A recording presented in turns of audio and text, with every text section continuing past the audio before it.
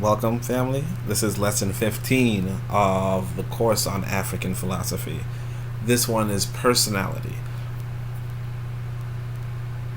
I am your host, Onitaset Kumat, founder of the African Blood Siblings, author of the Book of Power, author of the Pro-Black Compendium, author of Zubiri and the Moons of Ma'ah, and this is the lesson as from Marcus Garvey, which you can find in Message to the People.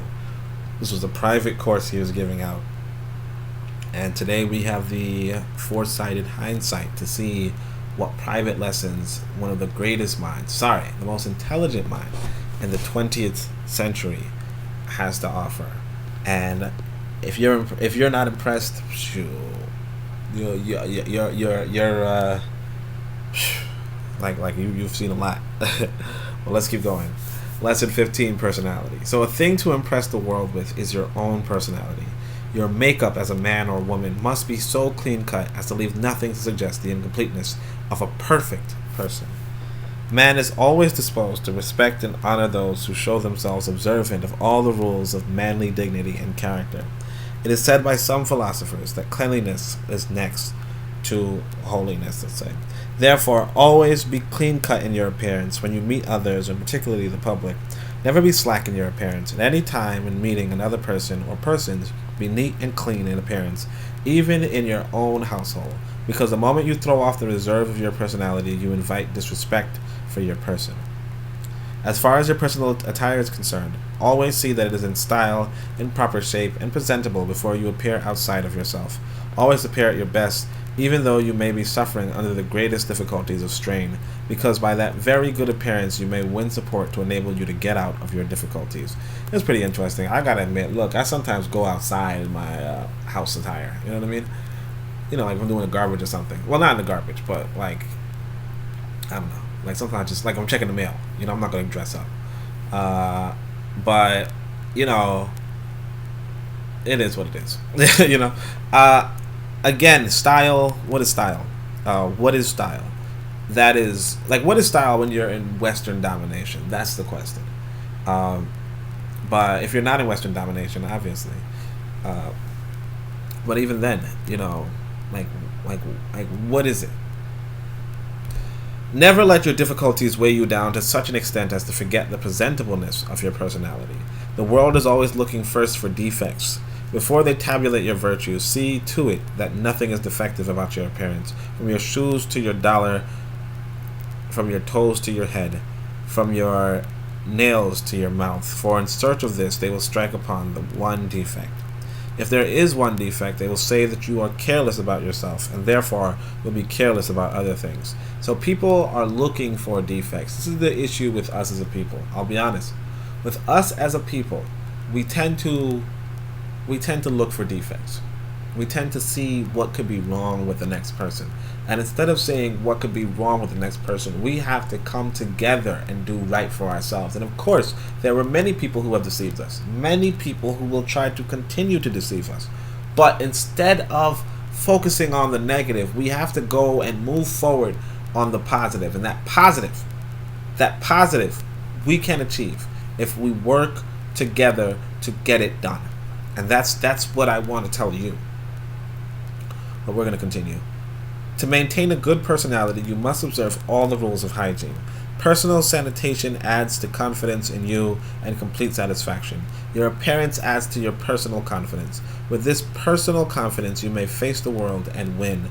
With the personal defects, you naturally lose confidence and lose generally. And I want you to notice too that Garvey continually stresses this point of good hygiene, good personality, good style, good appearance. He constantly, because a large part of what we are doing is going to be appearance. Now, some people might say, "Hey, Oni, that's kind of ironic. We don't even see you. You'll see me soon enough. But it's not about me. It's about you and what you need to do in your community." Because again, when I was in my community, meeting with the people every week, sitting down at the table, meeting with our people. Sometimes there were weeks where it was just me who showed up, or me and one other individual. Sometimes it was weeks where I had to, summon more tables. Whatever the case, I was there. Okay? You have to make, if you're, whatever you're trying to do, if you're trying to work in your community, you gotta be out there. And if you're not trying to work in your community, if you're trying to work in another community, go. You want Africa to have powerful nations? Be where you want it. Alright? Be where you want to work. That's all. And if you want to work where you are, get to work. Never let anybody persuade you to go anyhow, even though you are not presentable, because you are not going very far. It may be just in that short distance that somebody of importance with deep scrutiny may observe you and conclude that you are a slack person and cause you to lose much. A perfect personality made through proper care of oneself is a passport to anywhere in the world, socially and otherwise. Never go eating in the street, never go into company, expose your bad manner in any direction. Try to suppress those bad manners, leave them at home. Eating and talking are bad manners in public, which are excusable and proper at the dining table. No matter how hungry you are, don't take your meals while walking, and never eat as an individual at a public meeting before the audience. You will lose their respect immediately for not having regular meal hours and having your meal in an improper place, which social regulations have established. Like, I just imagine you watching a lecture, and the dude's, I mean, maybe. Like, I did see somebody having a dinner, and they were eating, and they were having a conversation. That's different from, summoning people to, you're at the lectern, you're on stage, and you wolfing down on whatever food. It is a bit inappropriate. It is. Why are you not doing that during lunchtime? Why do you not plan better? Why do you not have good planning on your own life? Sorry, I'm eating. No, I'm joking. All right, let's keep going. Public platform is not a restaurant nor a dining room. Don't eat or even chew gum in people's faces. It is always an ugly sight and shows gross disrespect for company. You may chew your gum in your home, but not on a public platform, nor at a public meeting. The man with a good appearance walks down the street with pride, courage, self-confidence, and self-respect. The man with a dirty shirt or dirty underwear and poorly kept clothes is self-consciously afraid of himself and is therefore afraid of company. Hence, he is without confidence in himself. A dirty person on the street is bound to be affected by the heat. The heat betrays his dirt to the passerby, and everybody looks around to see who it is. And as you are spotted, you become marked, and the odor you throw off as a result of the heat may become your social undoing in the community. So always be clean in appearance and in body. It costs very little, because even with one suit, you may keep it so clean as to always be presentable to the public. It is better for the public to say, that man has been wearing that suit for a year, but it has always been well kept, than for the public to say, that man changes his clothes, but he is always dirty. Never go on a platform with patched clothes, because somebody will see the patch and surely come to the conclusion that you are patched up all around. When you go before the public, remember that they are looking at you scrutinizingly from head to foot, back and front. They are going right through you, searching for something that reveals your true character. Disappoint them always by giving them the best you have in character, which is outwardly represented by your clean-cut appearance. I looked at a man. He was a beggar. His shoes were broken in many places and very dirty. His clothes were ragged and torn in many places. His collar was swarthy, black, and revealed dirt everywhere. His fingernails were black and dirty. His teeth were unkempt. His breath was foul. His shirt was black with dirt. He asked me for help. I gave him a penny and walked away, because I thought it was enough, because he could not appreciate the use of more. I saw another beggar whose clothes was poor but clean. His pants revealed poverty, but they were also clean. I gave him a sovereign, because I thought he could appreciate the use of it. There is a moral. People will judge you by your appearance, whether you are rich or poor, and they will deal with you accordingly. Never make it a custom to carry distress on your face or in your eyes. Never carry yourself as to suggest despondency and overburdening sorrow. People will learn to shun you. Keep smiling. Keep being pleasant all the time, even if you are dying. It is better to be a pleasant corpse than a hideous, ugly-looking one. Show distress only when you may win help from those you approach, but be sure that you have struck a right estimate of your sympathizer. To show sorrow to those not interested is to drive them away from you. Never show it to those who are not interested. When you are keeping an appointment, always appear at your best to justify the particular mission. For instance, if you are going to do big business, appear in a way to suggest that you can maintain and live up to big business. If you are going to seek a job by an appointment, modify your dress so as to not to outdress your prospective employer. If you are going begging for yourself, don't go flashingly dressed or overdressed, but dress in keeping with the kind of impression you would like to make upon your benefactor. This is purely a question of judgment. If you are going begging for a cause like the UNIA, you must not go as you must not go as a revealed personal beggar. You would cause the person to say to himself, why should I give him money for a cause when he looks like someone who begs for himself and cannot be trusted with such philanthropic responsibility for others? Never go asking help for a cause, caring not how lofty it is, looking hungry, distressed, and broken-hearted yourself. Nobody will believe your story. You are likely to be jailed until you can prove your sincerity. Win a good reputation in your community by being up-to-date in your personality. Let your individuality stand out clearly. Every man has an individuality. He is known by the individuality. The background of that individuality should be his clean-cut personality. Don't be lazy in whatever you have to do, because the laziness will grow on you, and people will observe you and mark you as being lazy. If the news circulates, it will undo you. Garvey is saying, look, keep up your appearance. Keep up your appearance. Keep up your appearance. And this was pretty self-explanatory. That's why I'm reading through.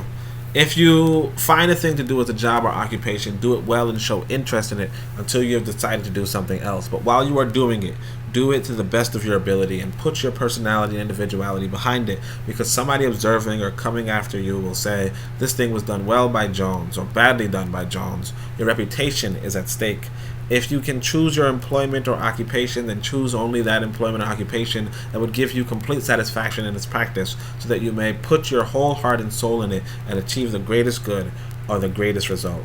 To carelessly choose your occupation or employment and find afterwards that it does not suit you, your nature, is a waste of time. If you dislike your employment or occupation, you will not concentrate on it and give the best results to your own benefit, because you will always be thinking of something else while mechanically doing what you are occupied with. Hence, to be your true self, always be sure to properly select the right occupation before you go into it. Never be frivolous in the public eye or in the eye of company, because they will mark you down as a frivolous and irresponsible person. Always try to maintain the dignity of seriousness, or at least a poise that would suggest that you are a person of dignified reserve. To go giggling, prancing, and jumping about like a child stamps you as a clown. A man must be a man, a woman must be a woman, while a child must be a child. You are a child once, a man once, and a corpse once. In the 3 stages, you must behave according to nature. Prance and giggle as a child, be serious and dignified as a man, and rest peacefully as a corpse.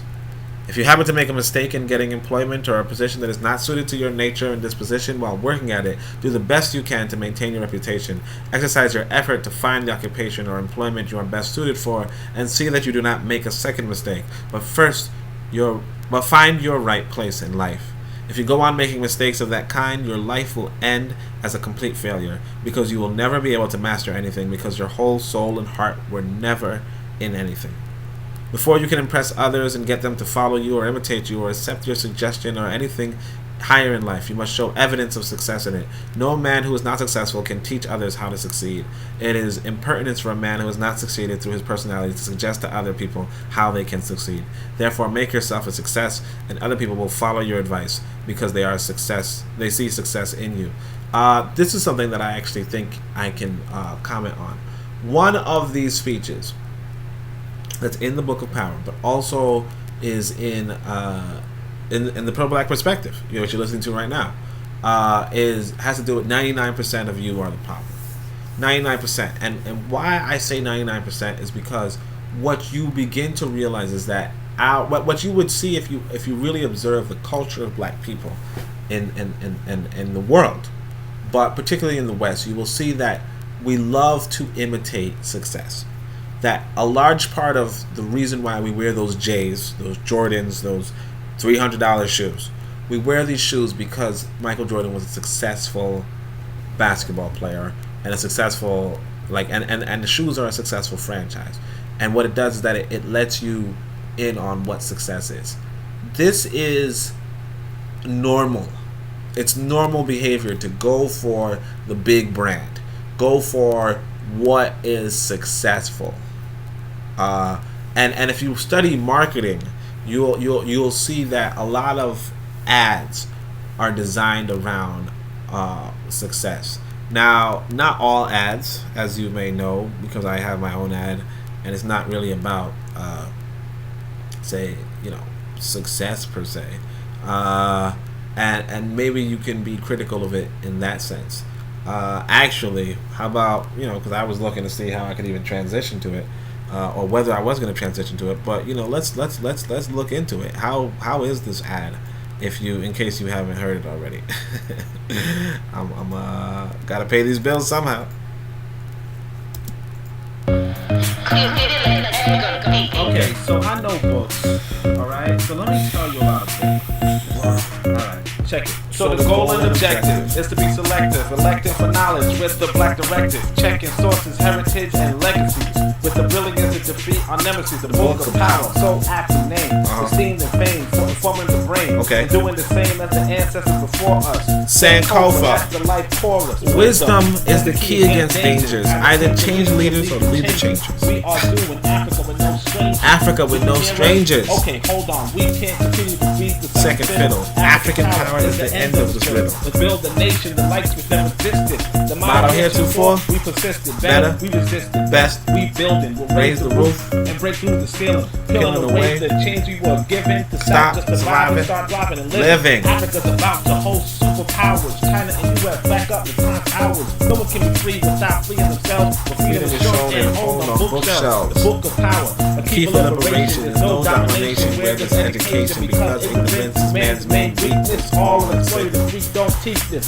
Then the pages of sages, kings and queens, Akapong, Delay, Desolate, Nyere, Garvey, and Zinga, and Cooks. 500 pages surpassing most books. The task is told to bring up a continent. You will hold a tone for the competent. Have some pride and push forward your chest. You're leading by reading one of the best. The book has science, covers violence, self-reliance, and does away with silence. The time has come for the work to get done and build up a land of a second. Check it. We'll organize, technologize, strategize a new Africa before our eyes, and blackness will be the complexion we see. Anytime we envision what it means to be free. So come join minds, read what is written. Here be solutions, no longer hidden. Nothing works in theory, all that works, works and works. So it's time to put ourselves first. Change the leaders and lead the changes. Tell your friends, family, and neighbors. Change the leaders and lead the changes. Tell your friends, family, and neighbors. Change the leaders and lead the changes. Tell your friends, family, and neighbors. Change Book the leaders of and lead the changes. Power. Book of Power. So the Book of Power can be purchased on Amazon. Just click on the link below. Alright, send me on tap. Tulene ma'a, tushine is fek. Tulene ma'a, tushine is fek. Tulene ma'a, tushine is fek. Hotep. Alright, so yeah, and speaking of success, so some might say, well, Oni, why are you teaching us on? You can study success as well. So you can study success, and in studying success, by sharing that, what you would do is you would enable us as a people to move forward. The truth is that you can study success. So if we built the first civilizations, the question becomes, what does that encompass? What does that mean? And so that's why you would read the Book of Power to understand that. Now you might say, well, Oni, I don't see you have a nation. No, I don't. But the fact that our ancestors had nations that lasted thousands of years, right? Like it's a worthwhile study for us today. Never go among people better than yourself, telling them how to succeed, but use your illustrations of success among others who have not succeeded, and that illustration must be in your own personality and individuality. To maintain a good personality and robust individuality, be sure to keep your body in proper physical condition. There's no better way to do this than at least once a week to take some kind of effective purgative. It will clean your system and give you clear vision and healthy thought with a responsive body free of pain and ailments. Doing this regularly may lengthen your life from 10 to 20 years. And this is actually pretty interesting because Garvey actually died pretty young, in retrospect. I'm actually going to try to look up how long, but I feel like he might have died in his, I want to say 50s. Might even be younger than that. And that's really, you know, and I mean that partly speaks toward one of the issues regarding, let's say, conspiracy theories in our community, or misinformation in our community. Not to say that purgatives are a bad thing. Maybe they are. Maybe they're a good thing. Who knows? Let me see something. Looks like I gotta do some math to figure out. Okay, 52. Yeah. 52 is not an old age. So extending your life by 10 to 20 years and dying at 52 is like, I don't think it's accurate. I don't think it's an accurate statement. But that's one of the issues in regards to, again, not having our own nation. The thing that you may not know, and I wrote this. It's not in any of my books though. It's on my website. It might be maybe in the Pro-Black Compendium. I'm not too sure, but people used to live like 80, 90 years in Africa. Okay, like there's 80 years, 90 years in Africa. So like there's the secret of longevity. I don't know if I have it in the.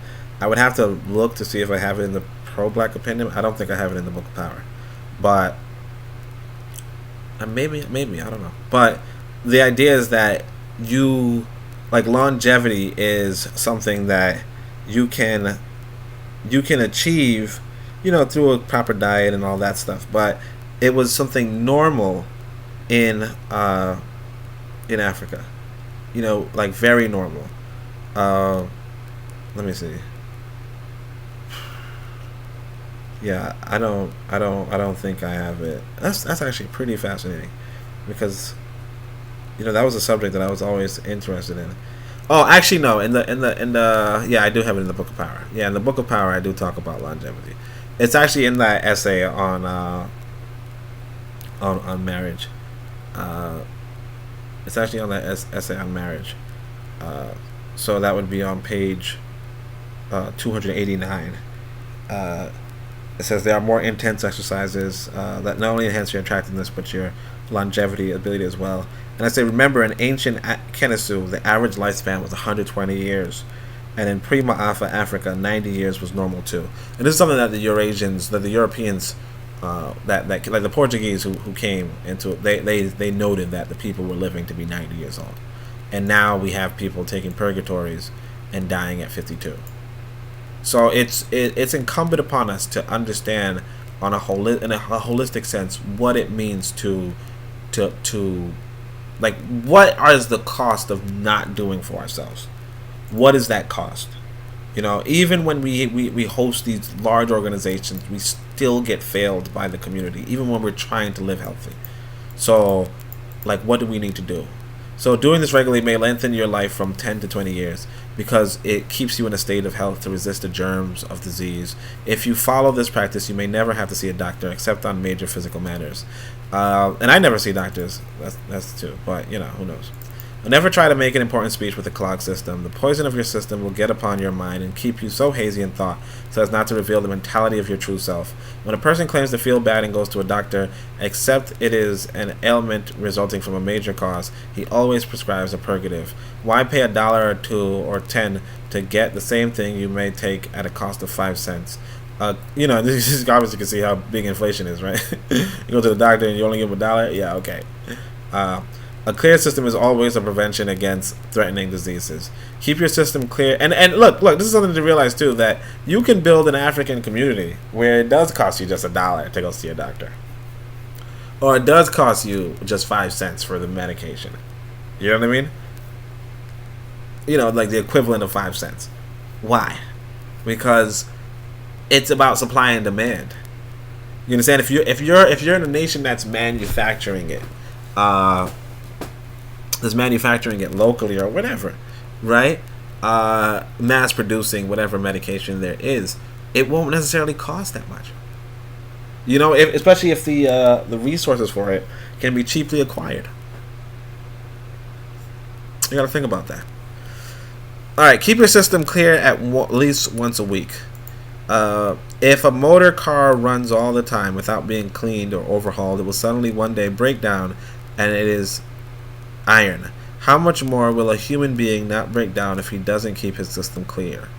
Everything he eats does not pass out voluntarily. Some things remain in the system to breed germs of disease, which may affect you in all ways. The greatest insurance is to keep your system regularly cleansed. A heavy stomach or disordered stomach affects the whole nervous system. All the nerves are related in the human body, and they depend on the stomach, chiefly, as a main artery of supply. If the stomach grows sick, it sends poison through the whole body. Keep your stomach clear. It is better to be half hungry than wholly filled. So that was lesson 15, and hopefully you'll tune into the next one. But so far, I'm grateful for you to come through and spend this time, this journey with me. I'm enjoying this book. I hope you're enjoying it as well. And like I said, there's another book that you can enjoy. But besides from that, Marcus Garvey's here, and all you got to do, if you want to read it on your own, you want to review the words some way without me in the background talking, hey, I can send you the PDF. Just join the Discord, and we can open that conversation. But so far, I'm here chatting with you, and thank you for listening. Please like, subscribe, and share, and I'll hear from you another time. Shem Hotep.